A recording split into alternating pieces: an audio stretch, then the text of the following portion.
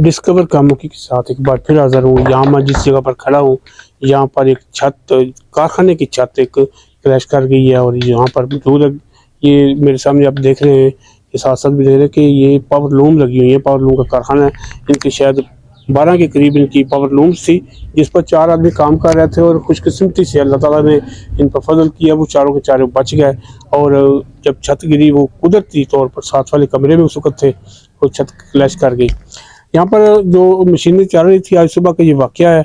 उसके बाद से अब तक किसी भी सरकारी अफसर ने यहाँ पर रब्ता नहीं किया, ना ही कोई आया है, ना ही कोई ये देखने के आया है, या पुलिस भी नहीं आई। किसी किस्म का कोई रिकॉर्ड भी नहीं किसी ने करने की कोशिश की। ये भी काबिल अफसोस वाक़या है। इस सैलाब की वजह से सारा मसला हुआ है। सैलाब आया था, सैलाब इधर आ गया ना, पानी का जितना भी वो जोर था वो इधर आ गया। इधर आने के बाद हमारे साथ मौजूद है यहाँ पर जिनका ये कारखाना है, तो वो मौजूद है, उनसे बात करते हैं हम। अस्सलाम वालेकुम। जी वालेकुम सलाम। आप ये बताएं, आपका नाम क्या है? असगर नाम भाई मेरा। असगर साहब, ये आपका कारखाना है? जी। असगर साहब, किस तरह है मामला? भाई ये ना सामने सेम टूटी थी, वो पानी आया, पानी अंदर जो दाखिल हो गया।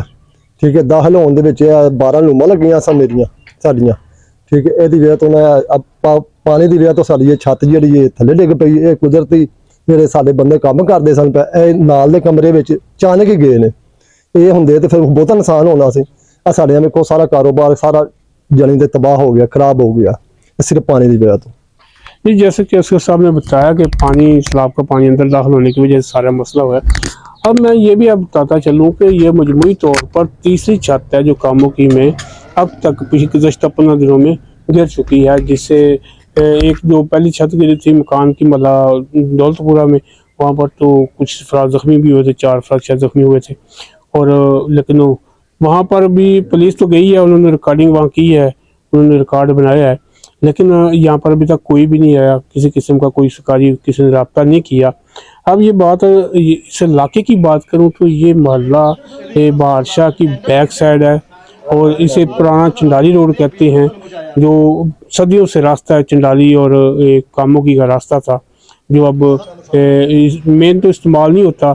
मेन तो अब हरे रोड इस्तेमाल होता है, ये पुराना चंडाली रोड इस्तेमाल मेन तो नहीं होता। लेकिन बहरहाल ये इस इलाके का एक अहम गला है।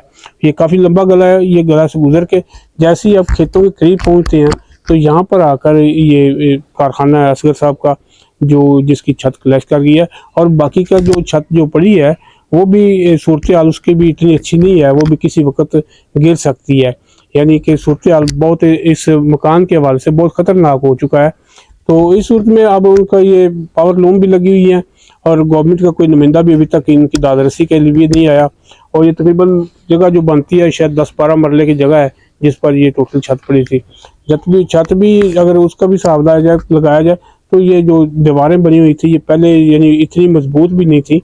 अगर कारखाना था वो बड़ी बड़ी तो बनी हुई हैं, लेकिन इस लेवल की नहीं थी जैसे कारखानों की हुआ करती हैं।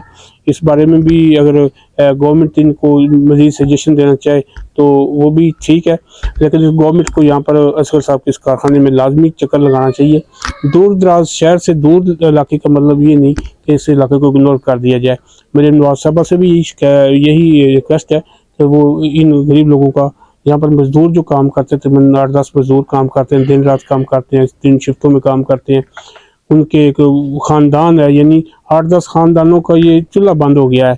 और कितने दिन बंद रहना है इसका तो पता नहीं। अब ये बनाएंगे, दोबारा कारखाने की छत पड़ेगी, फिर ये मशीनें लगेंगी, कितने लाख रुपया खर्च होगा, फिर जाकर वो मज़दूर अपने घर में मज़दूरी लेकर जाएंगे, अपने बच्चों को खिला सकेंगे।